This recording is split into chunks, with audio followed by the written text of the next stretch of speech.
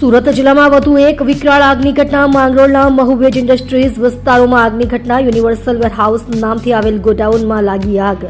લાકડાના ગોડાઉનમાં લાગી વિકરાળ આગ. સદનસીબે આગની ઘટનામાં કોઈ જાનહાનિ નહીં.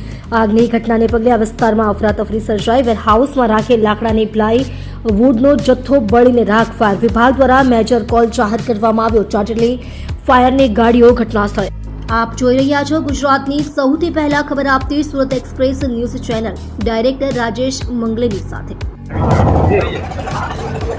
મારું નામ Prithviraj Nizama, fire officer, PPL fire station Vadodara. આજ 8:15 વાગે પીપીએલ કંટ્રોલ રૂમમાં ફાયર કંટ્રોલ રૂમમાં કોલ મળેલ અમને કે પ્લાયવુડ બનાવતી કંપનીમાં ફાયર કોલ છે. અમે ઘટના સ્થળ પહોંચ્યા. આવ્યા પછી જોયા પછી અમને કોલને મેજર કોલ જાહેર કરેલ છે અને ઘટના સ્થળ પર 5 ફાયર ફાઈટરની ગાડીઓ હાજર છે અને બીજી બી અન્ય ગાડીઓ બી મંગાવેલી ફાયર સ્ટેશનથી મંગાવેલી છે.